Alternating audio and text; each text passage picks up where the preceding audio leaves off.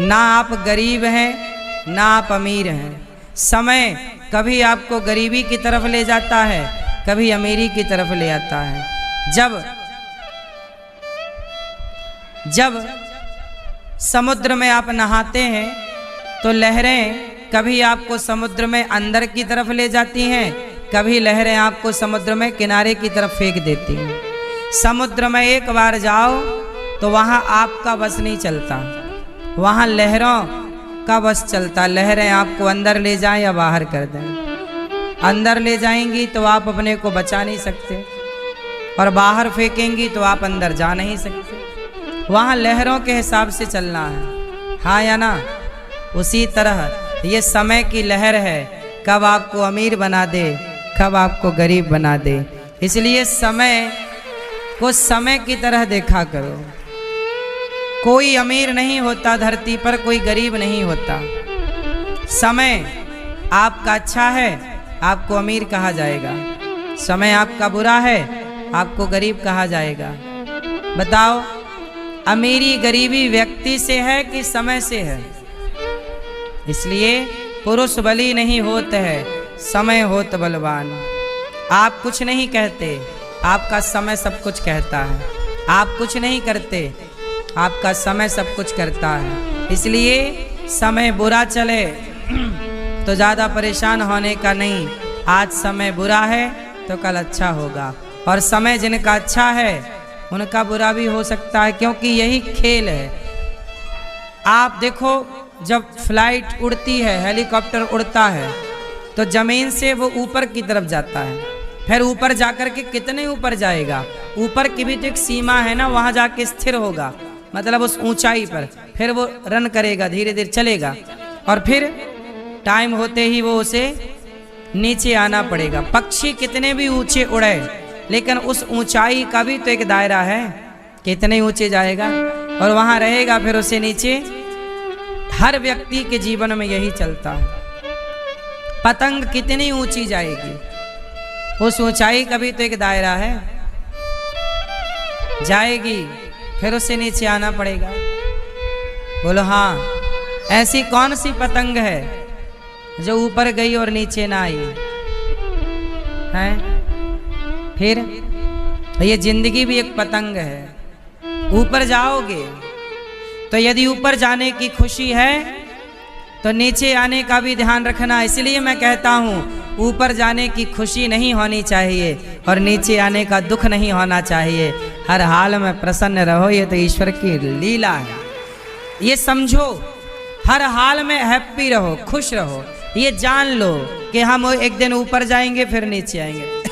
यही चलता है जिंदगी। आप मशीन पे, जब आप वेंटिलेटर पे जाते हैं तो वहाँ पे एक मशीन सिग्नल देती है ऐसे, यूं यूं यूं यूं, ऊपर नीचे। बोलो हाँ, एक क्षण में ऊपर ले जाएगी लाइन, फिर दूसरी क्षण नीचे, फिर दूसरी लाइन ऊपर, फिर तीसरी नीचे, चौथी ऊपर, पांचवी नीचे। हाँ या ना? नहीं, ये लाइन जिंदगी की ऊपर नीचे ऊपर नीचे ऊपर नीचे, यही खेल है। एक दिन मेरे राम तेरा नाम एक साचा दो जाना कोई।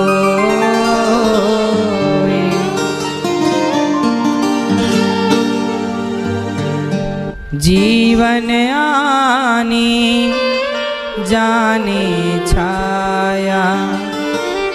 देखो, सुख के सब साथी हैं, दुख में कोई नहीं। ना कुछ तेरा ना कुछ मेरा, ना कुछ तेरा ना कुछ। परिवार ऐसा, पर मन की मैल न धोई, मन में गंदगी रही आई और गंदगी लिए लिए मर गया। तन को धोता रहा पर मन की गंदगी ना मिटा पाया। मन में छल था, कपट था, ईर्ष्या थी, निंदा थी, द्वेष था, और इसी द्वेष, निंदा, ईर्ष्या, चुगली में मर गया। बाहर धोता रहा और भीतर तो गंदगी जमी रही। तो क्या हुआ? तुम्हारी दुर्गति हो जाएगी अब। इसलिए कहता हूँ, मन की मैल जो मन की मैल न धोई, गंगा गया तो क्या हुआ। तो गंगा गए पर बाहर से शुद्ध दिख रहे हो, भीतर से बड़ा छल, बड़ा कपट। बोलो हाँ मैया। इसलिए आपको लगता है कि हमारे मरने में लोग रो रहे हैं, कोई को मतलब नहीं है साहब। सब लोग, रिश्तेदार लोग भी तुम्हारे मरने में केवल मुंह दिखाने आते हैं कि चलो भैया, नहीं जाएंगे तो कहेंगे लो आए नहीं फलाने, इसलिए चलो। सब लोग व्यवहार पूरा करने आते हैं। ये बात सही है कि गलत है? तो काहे नहीं समझते आप लोग मैया? तुम काहे नहीं भजन में लग रही हो, राम राम जपो सीताराम, दिन भर भगवान का चिंतन करो। अब बेटा बहू को मन से हटाओ, चिंतन केवल। अब कोई काम ना आएगा। अब तो देखो सही टाइम पे मर जाना भी समझदारी है। सही है कि नहीं? कुछ लोग हैं मरते ही नहीं, इतना घर वाले परेशान हो गए। इसलिए हमारे यहाँ कहावत है, बहु जीना बहु जोतना, क्यों ना मुसीबत होए। बहुत जीना भी एक मुसीबत है। बोलो हाँ। कुछ लोग इतने परेशान होते हैं जिंदगी से कि आत्महत्या कर लेते हैं। ये कौन लोग हैं? वही तो हैं जो जिंदगी से परेशान हो गए तो बीच में ही मर गए, आत्महत्या कर ली। बोलो हाँ। इसलिए मृत्यु भी बहुत अच्छी है। क्यों? ईश्वर की बनाई मृत्यु है। मृत्यु अच्छी है कि नहीं? इसलिए मृत्यु से भागा ना करो। मृत्यु भी बहुत अच्छी है। कुछ लोग तो मरना चाहते हैं तो मौत नहीं आती। बोलो हाँ। इसलिए मृत्यु भी बहुत अच्छी है। ये मौत अटल सत्य है। राम के पिता की आज मृत्यु हो गई। जियन मरण फल दशरथ पावा, अंड अनेक अमल जस छावा। जियत राम विधु बदन निहारा, राम विरह करी मरण सवारा। आज दशरथ जी ने जीने फल, मरने का फल पाया।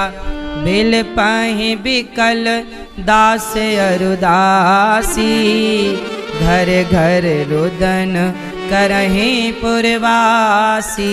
दशरथ जी की मृत्यु हुई तो घर घर लोग रो रहे हैं। सारे घरों में दुख का साया है, सब परेशान हैं। दशरथ जैसे धर्मात्मा राजा चले गए। याद रखना भक्तों, मरने पर भी लोग रोते हैं, पर किसके मरने पर? जो व्यक्ति परम धर्मात्मा होता है, जो व्यक्ति बहुत अच्छा होता है, उसके मरने पर दुश्मन भी रोता है कि यार वो व्यक्ति अच्छा था। अच्छे लोगों के मरने पर ना लोग रोते हैं, भीतर से रोते हैं। इसलिए आप ऐसा काम करके मरना कि लोग आपके लिए रोएं कि हाँ इन्होंने काम ठीक किया है। और हमारे संत जन कहते हैं कि भैया हम मरें तो तुम रोना मत, हम नहीं चाहते कि तुम्हें कष्ट हो।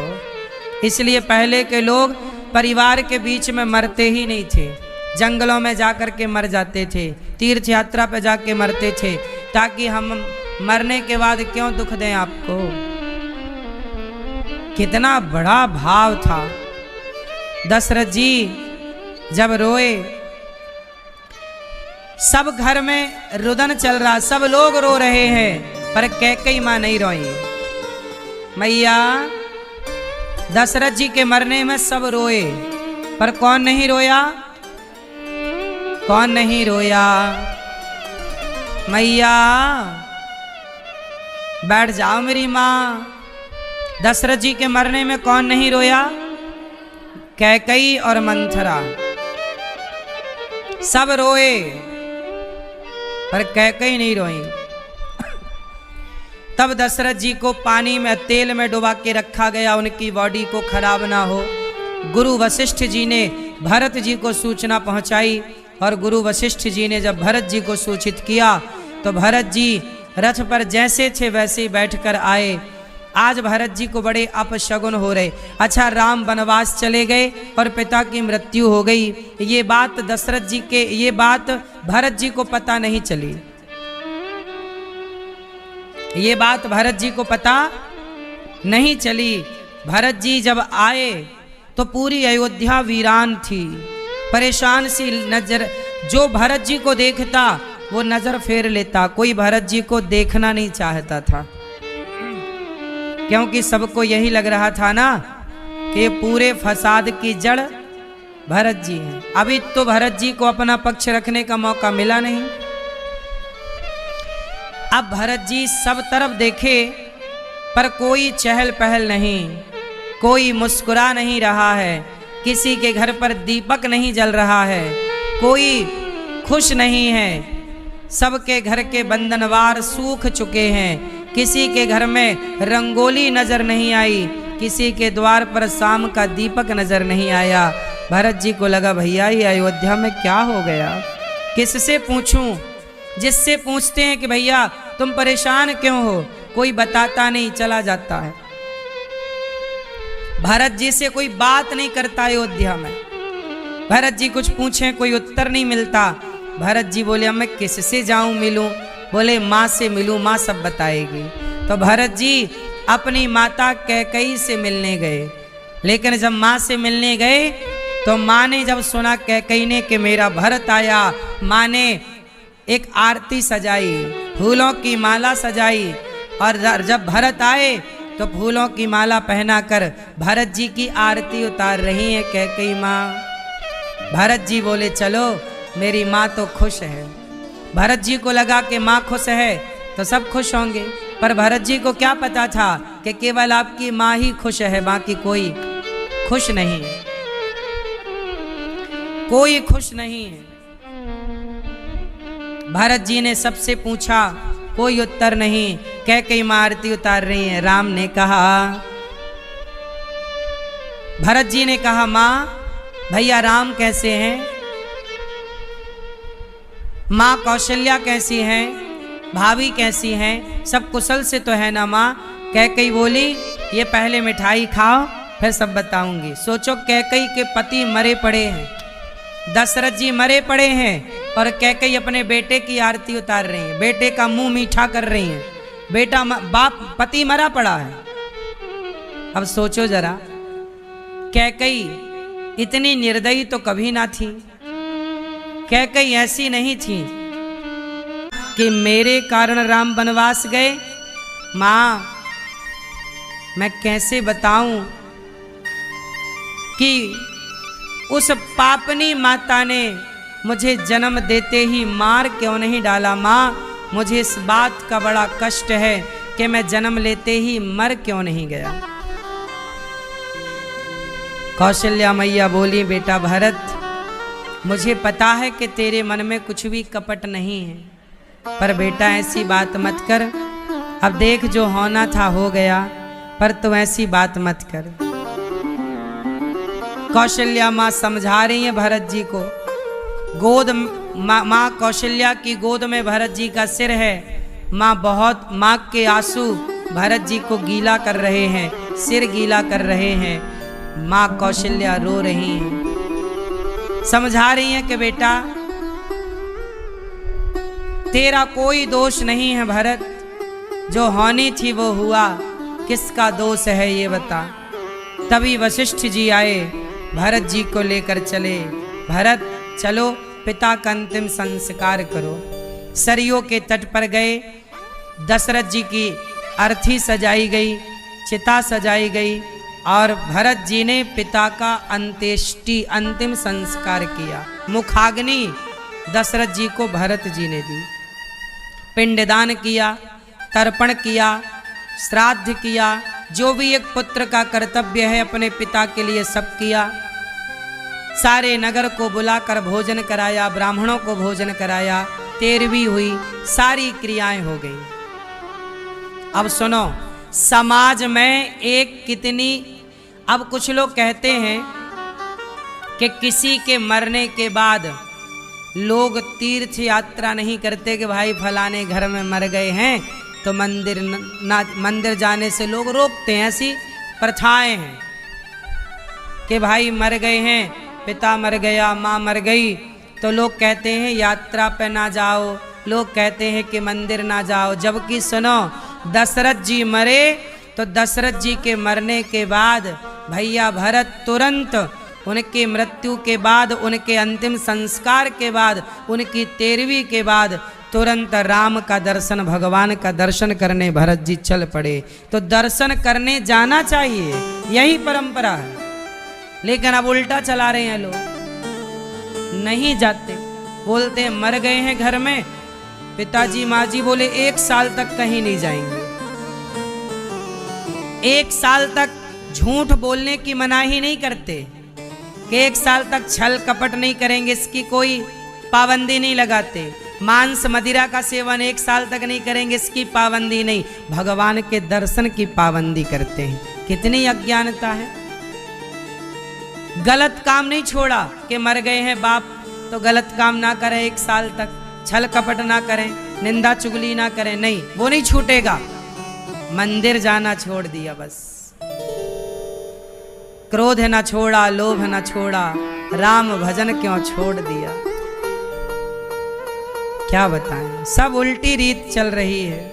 कलयुग तो आज उल्टी गंगा बहा रहा है। माता पिता को बेटा ठोकर लगा रहा है।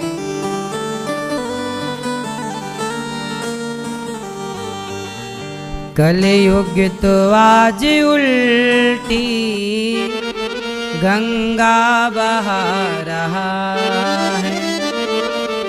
माता पिता को बेटा ठोकर लगा रहा है। कलयुग तो आज उल्टी गंगा बहा रहा है। माता पिता को बेटा ठोकर लगा रहा। तब एक ही था रावण और एक ही थी सीता। तब एक ही था रावण और एक ही थी सीता। अब हर गली में रावण सीता चुरा रहा। भारत की प्यारी बहना तुम सावधान रहना।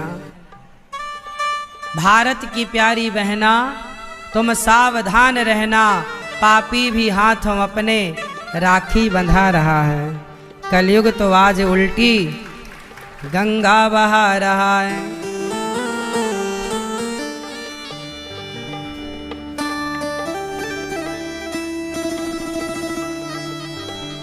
भरत जी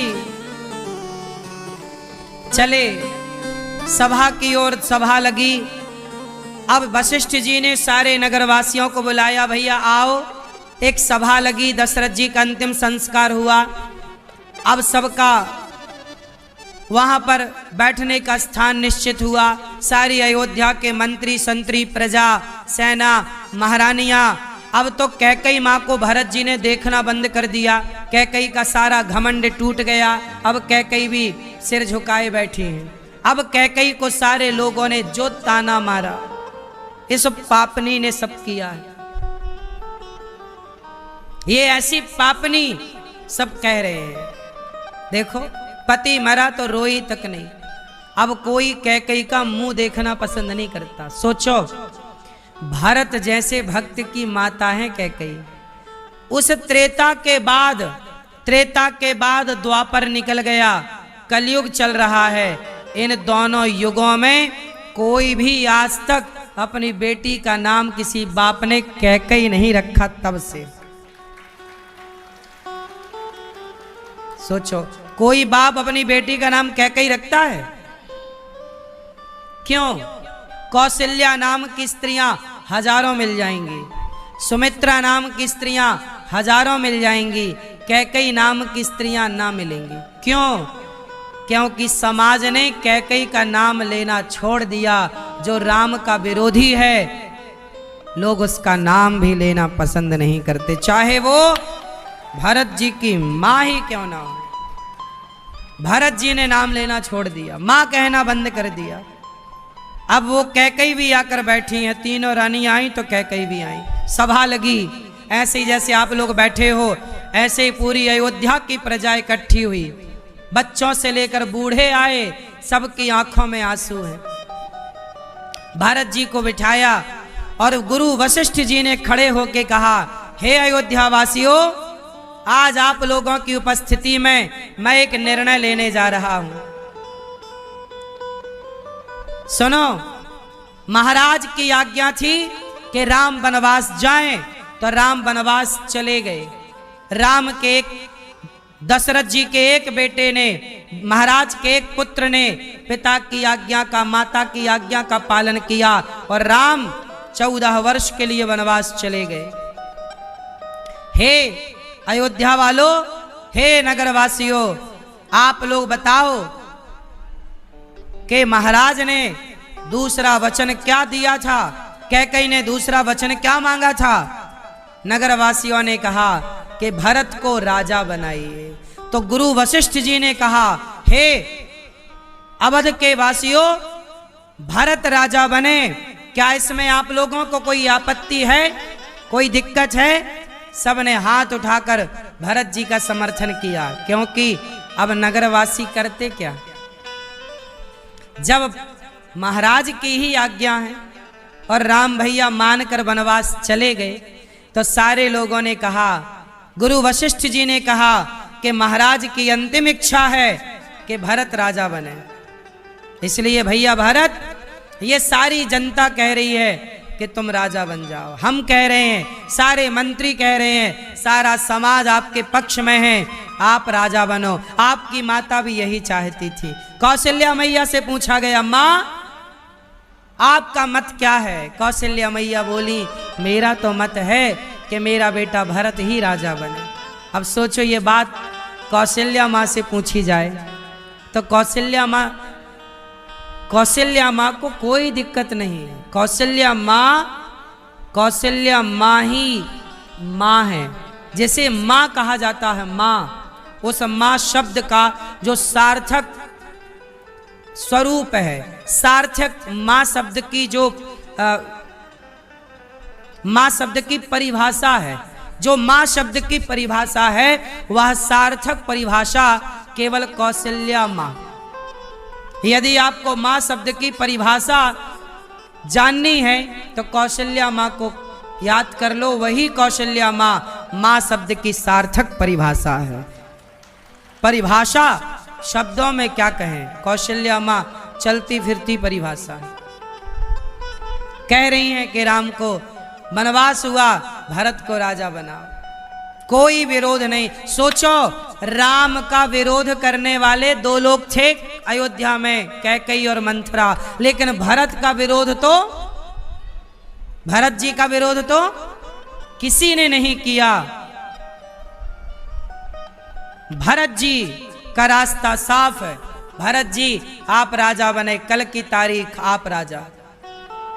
जब गुरु वशिष्ठ जी ने डिक्लेयर कर दिया कि अब भरत राजा बनेंगे, कौशल्या माँ का, कैकेयी माँ का और सुमित्रा माँ का भी पक्ष ले लिया। सारे हीरा टूट करके टुकड़े टुकड़े हो गया। तब जौहरी ने कहा, वाह हीरा, अभी गधे के गले में था तब तो टूटा नहीं, और अब मुझे जौहरी के पास आया तो टूट करके टुकड़े टुकड़े हो गया। तब उस टूटे हुए हीरे से आवाज आई कि या जौहरी, उस धोबी को, उस गधे को तो पता ही नहीं था कि मेरी कीमत क्या है, पर तुझे तो पता था ना कि मेरी कीमत करोड़ों की है, लेकिन तू जानता था कि मेरी कीमत करोड़ों की है, फिर भी तूने मेरी कीमत केवल 5 रुपए लगाई। तो अज्ञानी, तो बेचारा धोबी जानता ही नहीं था। जो जानता नहीं था, मैं उसके पास खुश था, गधा के गले में मैं खुश था, क्योंकि वो तो मेरी कीमत जानता ही नहीं था। पर तुम जैसे जानकार लोग भी जब मेरी कीमत 5 रुपए लगाएंगे, तब तो मैं टूट कर टुकड़े टुकड़े हो जाऊंगा ना। उम्मीद, मेरी सही कीमत की उम्मीद मैं उस धोबी से नहीं कर सकता था।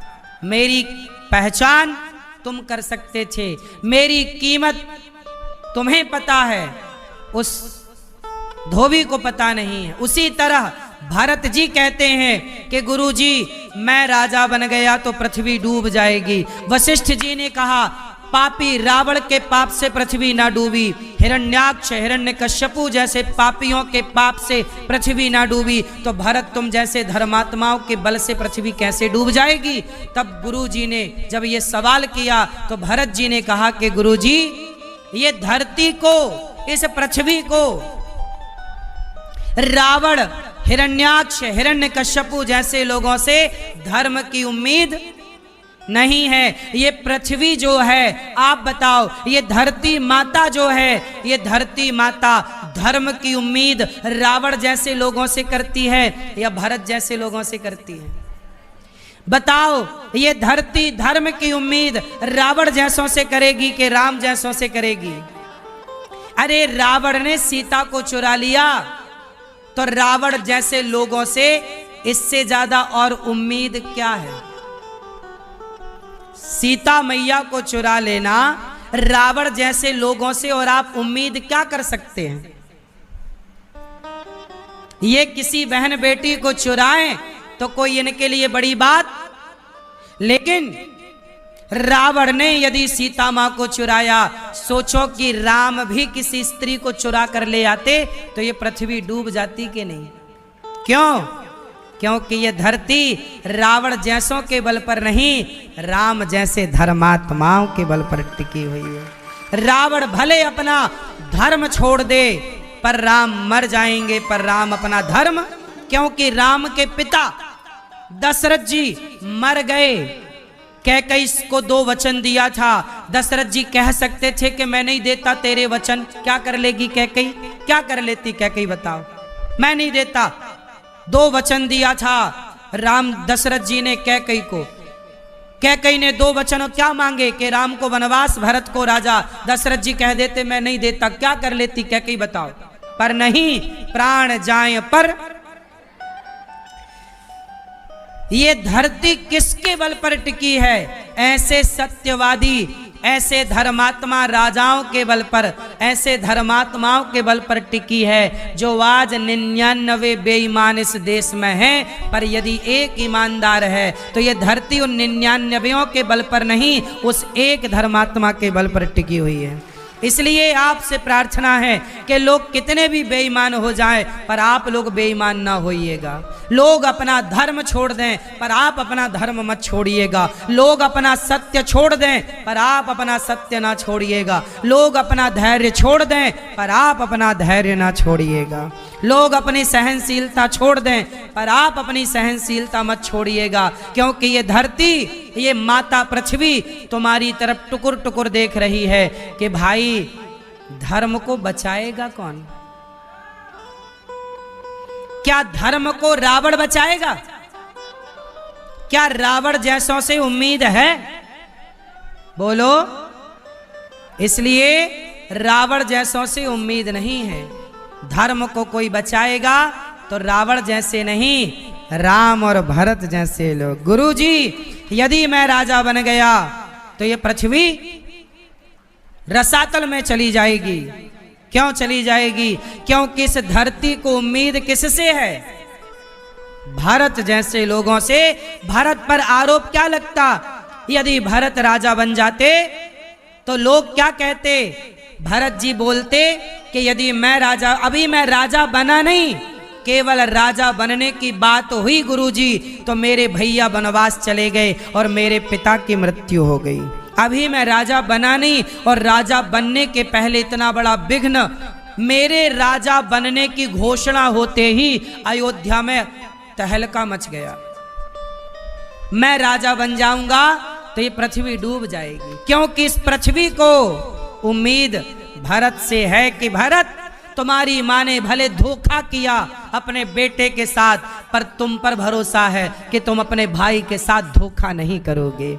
यदि तुमने भी भाई को वनवास भेजकर और भाई की संपत्ति हड़प ली तो फिर धोखा तुम भी कर दोगे भरत।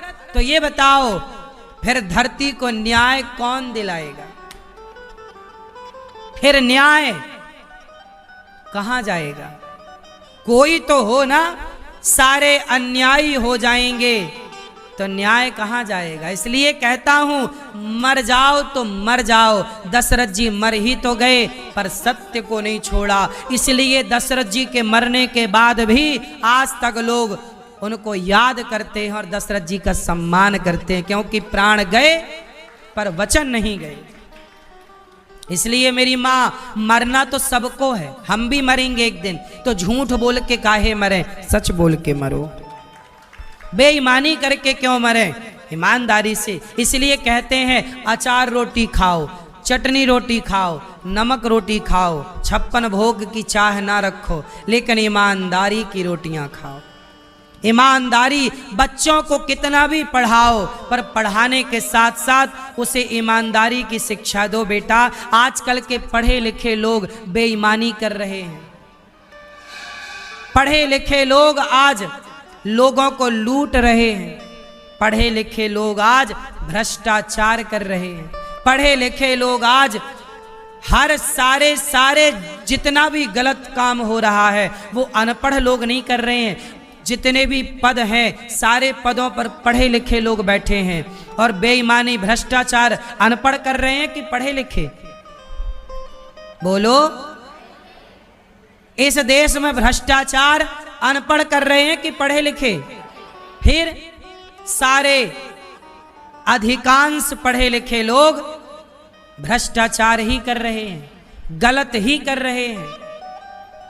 जब पढ़े लिखे लोग ऐसे हैं तो उम्मीद किससे की जाएगी। इसलिए ऐसी पढ़ाई थोड़ा पढ़ाओ बच्चों को, जो पढ़ाई आपके बच्चों को बेईमान नहीं ईमानदार बनाती हो। ईमानदार। अब देखो ना, अभी प्रश्नोत्तरी में कल या परसों मेरे से एक भैया बोल रहे थे कि महाराज हमारी मेडिकल की दुकान है, मतलब मेडिकल दवाइयों की दुकान, हमारी दवाइयों की दुकान है और हमारी दुकान में कई बार नकली दवाई असली की तरह कॉपी करके देकर चले जाते हैं और मरीज असली दवाई खाता है लेकिन वो होती नकली है। तो नकली दवाई है तो फायदा होता नहीं और वो बीमार आदमी दवाई सही ना मिलने के कारण मर जाता है। अब सोचिए कि जो दवाइयाँ आप खा रहे हैं वो असली है कि नकली है, ये वेरीफाई करने वाला इस देश में कोई नहीं है। पहली बात तो ये उसने बताया कि सरकारें पकड़ती भी हैं नकली कंपनियों को, पर पकड़ के करोड़ 2 करोड़ लेके 10 करोड़ लेके खत्म। आजकल किसे परवाह है। इस लेवल का भ्रष्टाचार इस देश में है, मतलब आपकी जान के साथ टोटली खिलवाड़ चल रहा है। विदेशों में, अमेरिका और दुबई जैसे देशों में ये नहीं हो सकता, गलत चीज नहीं हो सकती। यहां तो हमारे हॉस्पिटल मुर्दे को भी भर्ती कर लेते हैं। आप मुर्दे को ले जाओ, वेंटिलेटर पे लेटा देंगे, वो फीस आने दो बस। कोई मतलब नहीं आपकी भावनाओं के साथ, कोई मतलब नहीं कि वो जिंदा है कि मरा, बस पैसे से मतलब है। अंधा नहीं हो गया आज का इंसान। ये धरती किस पर टिकी है?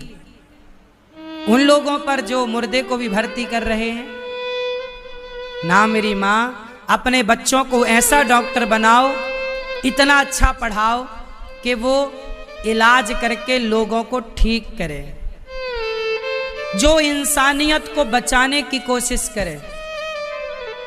आज इंसानियत को बचाने की कोशिश नहीं होती मेरी माँ। वो भैया बताए कि आजकल हॉस्पिटलों का षड्यंत्र ये है कि आप बिल्कुल स्वस्थ हॉस्पिटल जाओगे, पहले ऐसे दवाई देंगे कि आप पहले बीमार पड़ोगे और बीमार जब पड़ोगे तो तुरंत वेंटिलेटर पे डाला जाएगा और वेंटिलेटर पे डालने के बाद फिर आपको ठीक करने के पैसे लगेंगे। मतलब आदमी हॉस्पिटल पहुंच बस जाए। कोरोना में जो लोग हॉस्पिटल गए वो ज्यादा मरे, जो नहीं गए वो फिर भी बचे रहे। ऐसा भी दर देखी गई। अब ये सही कितना है ये तो ईश्वर जाने, परंतु मैं सवाल करता हूं कि क्या हमारी इंसानियत मर गई? कोरोना में आदमी जब मर रहा था तो 5,000 का सिलेंडर 50,000 में बिक रहा था। हाँ या ना? कहां गई थी इंसानियत? लोगों को पता लग गया ना कि तुम मजबूर हो। तुम्हारी मजबूरी का लोगों ने कोरोना में खूब फायदा उठाया। 5,000 की चीज 50,000 में बिकी। बात सही है कि गलत है? लोगों को पता चल जाए कि तुम मजबूर हो, लोगों को मतलब नहीं है तुम जी रहे हो कि मर रहे हो, वो तो अपना फायदा लेना चाहते। ये दुनिया बड़ी स्वार्थी है मेरी माँ। तड़प तड़प करके मर गए लोग ऑक्सीजन के लिए, और लोगों ने उस ऑक्सीजन की कालाबाजारी कर ली, अपने अंडर में कर लिया। कुछ इंजेक्शन ऐसे थे जिनको लगाने से कोरोना कमजोर पड़ जाता था, वो इंजेक्शन रातों रात ब्लैक हो गए, मतलब कई गुना रेट उनके बढ़ गए। जो 500 का इंजेक्शन था वो 20-20 हजार का बिका। लोगों को पता बस चल जाए कि आपकी मजबूरी है, उसका पूरा फायदा लोग उठाते हैं। मैं आपसे इतनी ही प्रार्थना करता हूं कि आप लोग अपने बच्चों को ऐसा बनाओ। कोरोना जब था ना, तब गौरी गोपाल में हम लोग सड़क में खड़े होकर यहाँ मास्क लगा करके, हाथों में ग्लव्स पहन करके, हम यहाँ पर संतों को, जो रिक्शे वाले हैं, मजदूरी करने वाले, गरीब, सबको हम भोजन बांटते थे। यहाँ लोग कहते, आपको क्या लगता है कोरोना हमें नहीं हुआ होगा? बिल्कुल हुआ। बिल्कुल कोरोना चरम सीमा पर था, तब हम लोग अन्य क्षेत्र बांटते थे, क्योंकि सिचुएशन ऐसी थी कि यहाँ पर ये स्थिति थी कि या तो भूख से मरो या कोरोना से मरो, मरना दोनों तरफ से था। तब ये जो आप टीवी पे चित्र देख रहे हैं, ये कोरोना काल का है। टीवी पे देखिए चित्र, ये कोरोना के समय अन्य क्षेत्र चलता था।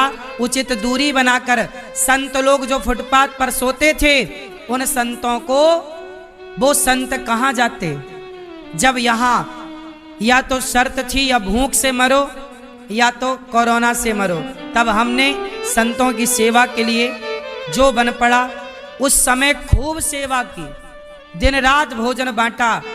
और भोजन बांटा, लोगों ने कहा कि आपको कोरोना हो जाएगा। हमने कहा हो जाएगा तो होगा, मरेंगे और क्या होगा? अरे मरना तो है ही, हम क्यों ना किसी के मरते में उसकी जान बचाने का, रोटी देकर जान बचाने का, पानी देकर जान बचाने का, डॉक्टर दवाई देकर जान बचाने की कोशिश कर रहे थे, तो हम भी रोटी देकर के जान बचाने की कोशिश करें। अपने अपने स्तर से सब कार्य करें। इसलिए अपने बेटे को डॉक्टर बनाओ, पर ईमानदार बनाओ। जमाना बेईमान होए तो होए, आप ना हो। अपने बेटे को लॉयर बनाओ, ईमानदार बनाओ, एडवोकेट बनाओ। बच्चों को जो बनाना, इंजीनियर बनाओ, बच्चों को IAS IPS बनाओ, जो बनाना सब बनाओ, ईमानदार बनाओ। बेटा तुम मर जाना पर अपने धर्म को अपनाना।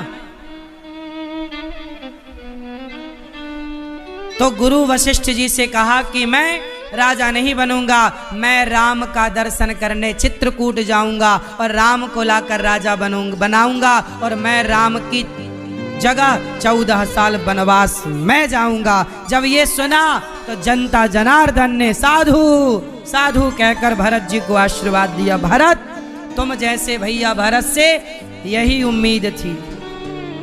तैयारियां हो गई, कल हम राम से मिलने चित्रकूट जाएंगे। अब तो सब उत्सुक हो गए राम से मिलने चलना। आज दशरथ जी के मरने के बाद, आज राम के वनवास जाने के बाद पहली बार अयोध्या के लोगों के अंदर मुस्कुराहट आई। आज अयोध्या के लोग खुश हैं कि चलो राम का दर्शन करने चलेंगे, राम को मनाएंगे कि राम वापस आ जाओ। अब शायद अयोध्या में सब अच्छा होगा। आज लोगों ने दीपक जलाए कि चलो अब राम से मिलने चले। आज बच्चे बूढ़े सब तैयार, हम चलेंगे हम। कौशल्या मैया, सुमित्रा मैया, तब कैकेयी भी बोली हम भी चलेंगे। राम भरत जी ने कहा खबरदार आप मत जाना। तुम काहे जाओगी? तुमने ही तो वनवास भेजा है राम को, तुमने ही तो आग लगाई है, तुम ही चली मटक के क्या करोगी? भरत जी ने डांटा। जब भरत जी डांटे कैकेयी को, तुम्हें नहीं ले जाएंगे, तो कौशल्या मां गई। भरत यदि कैकेयी नहीं जाएगी तो कौशल्या भी नहीं जाएगी। किस माटी की बनी है ये माता कौशल्या? किस माटी की है ये? कौशल्या मां जैसी मां नहीं हो सकता कोई। कौशल्या जैसी मां केवल कौशल्या है। इस धरती में दूसरी स्त्री ऐसी नहीं हो सकती। इतनी निष्कपट स्त्री नहीं हो सकती। दर्पण की तरह निर्मल, गंगा की तरह पवित्र नहीं हो सकती। कोई कितना भी कहे, पर थोड़ा बहुत तो आ ही जाता ना, किसके कारण मेरा राम। लेकिन इतना भी अंश नहीं आने दिया कौशल्या माता ने। धन्य हो माँ। ऐसे ही इसलिए थोड़ी, इसलिए जगत की पालनहार की माता बनने का सौभाग्य पाया है, सामान्य थोड़ी है। इसलिए जगत का पालनहार गोद में खेलता है कौशल्या मैया के। चले, सवेरा हुआ, पालकियों पर तीनों रानी, गुरु जी की पालकी वशिष्ठ जी भी चले राम से मिलने। भरत जी चले, भरत जी, प्रजा चली, लोग चले। अयोध्या की सिक्योरिटी, अयोध्या को सुरक्षित भरत जी ने छोड़ा कि तुम पूर्व पश्चिम उत्तर द्वार पर रहो, राम की संपत्ति है, नुकसान ना हो। राम के, भरत जी के ना रहने पर भी वहां पर सुरक्षा थी अयोध्या में। इसलिए घर को आप सुरक्षित रखो, ये सोचकर कि ये हमारा नहीं, नाथ सकल संपदा तुम्हारी, प्रभु सब आपका है, आपकी संपत्ति को हम सुरक्षित रख रहे हैं। तो राम जी से मिलने भरत जी चित्रकूट चले। जब चित्रकूट भरत जी चले तो सारी रानियां पालकियों पे चल रही हैं, लोग हाथी पे चल रहे हैं, लोग घोड़े पे चल रहे हैं, लोग रथ पर चल रहे, सब लोग वाहन से जा रहे, पर भरत जी नंगे पांव पैदल जा रहे। जब भरत जी पैदल जाएं तो जब 10-20 किलोमीटर आगे चले तो पहली बार भरत जी ऐसे चले, पांव में फफोले पड़ गए। बार बार लोग कहें कि भैया भरत रथ पर बैठ जाओ, रथ पर बैठ जाओ। तमसा नदी आई, रात्रि को विश्राम वहां पर हुआ। फिर श्रृंगवेरपुर गए। अब कौशल्या माँ को पता चला कि भरत नंगे पांव जा रहा है और पैदल चल रहा। कौशल्या मैया रथ से उतरी, भरत तुम नंगे पांव चल रहे हो बेटा, तुम पालकी पे बैठो, रथ पर बैठो। भरत जी बोले माँ, मेरे भैया जब नंगे पांव इस रास्ते से गए तो मैं पालकी में बैठकर कैसे जा सकता हूँ माँ। सोचो, भरत जी है। भरत जी नंगे पांव चले, निषाद राज श्रृंगवेरपुर पहुंचे। और जब निषाद राज आए तो निषाद राज तो लगा कि भरत, निषाद राज जी को लगा कि भरत तो राम को मारने जा रहे हैं। लगता है कि ये राम को वहीं मार करके अयोध्या के राजा बनना चाहते हैं। तभी कोई बूढ़ा मंत्री बोला नहीं, एक बार मिल लेना चाहिए। जब भरत जी से मिले और भरत जी को बताया सुमंत्र जी ने कि भगवान राम रात को इस पेड़ के नीचे निषाद के यहाँ रुके। जैसे ही निषाद का नाम सुना कि राम जी ने निषाद के यहाँ रुके, राम ने निषाद को गले लगाया, भरत जी दौड़ गए और निषाद राज के गले लग गए। निषाद, लोगों ने कहा भरत जी वो किसके गले आप लग रहे हैं? वो अछूत है। तब भरत जी ने कहा जिसे राम ने छू लिया, जिसे राम ने गले लगा लिया, अब वो अछूत कैसे हो सकता है। भरत जी ने निषाद राज को गले लगाया और जहां पर राम रात को सोए, निषाद राज ने वो जगह दिखाई और वो जगह को सुरक्षित रखा। घास कैसी थी उस घास का दर्शन कराया। इस घास पर राम जी सोए थे। सीता मैया जिन्हें जो साड़ी पहनी थी उस साड़ी में कुछ घुंघरू लगे रहे होंगे, छोटे छोटे घुंघरू साड़ियों में किनारे। तो वो घुंघरू ना कुछ टूट के गिरे थे, वो घुंघरू उठा करके राम भरत जी देख रहे हैं, ये मेरी माता के साड़ी के ये घुंघरू हैं। मेरी माता ने यहाँ रात्रि विश्राम की, ये घास के बिछौने में, ये पेड़ की छांव में। भरत जी रोए, माता कैकेयी तुमने कितना बड़ा पाप कर दिया, कितना बड़ा अपराध कर दिया। पग पग पर पल पल पर भरत जी केवल रोते हैं, केवल आंसू बहाते हैं, ना कुछ खाते हैं ना कुछ पीते हैं, बस राम राम कहते भरत जी चलते जाते हैं। चलते चलते भरत जी अब चलते चलते प्रयागराज पहुंचे। प्रयागराज जी में, प्रयाग में स्नान किया, तीर्थराज प्रयाग में, और प्रयागराज ने दर्शन दिया भरत जी को, पुत्र भरत कुछ मांग लो। तब भरत जी कहते प्रयागराज जी, अर्थ न धर्म न काम रुचि, गति न चाहु निर्वाण, जन्म जन्म रति राम पद, यह वरदान नान। हे प्रयागराज जी क्या चाहिए? अर्थ ना, मुझे अर्थ नहीं चाहिए। अर्थ मतलब पैसा, क्योंकि ये पूरा जो आज अयोध्या में घटना घटी, पिता की मृत्यु, भैया का वनवास, ये पूरा खेल पैसे के तो जरूर मिलने आ रहा होगा। नहीं, उसकी माँ को देखा आपने, नागिन कैसे डस लिया पूरे अयोध्या को। उसका नागिन का बेटा भी तो वैसी होगा। नहीं नहीं, लक्ष्मण जी तो क्रोध में तमतमा रहे हैं।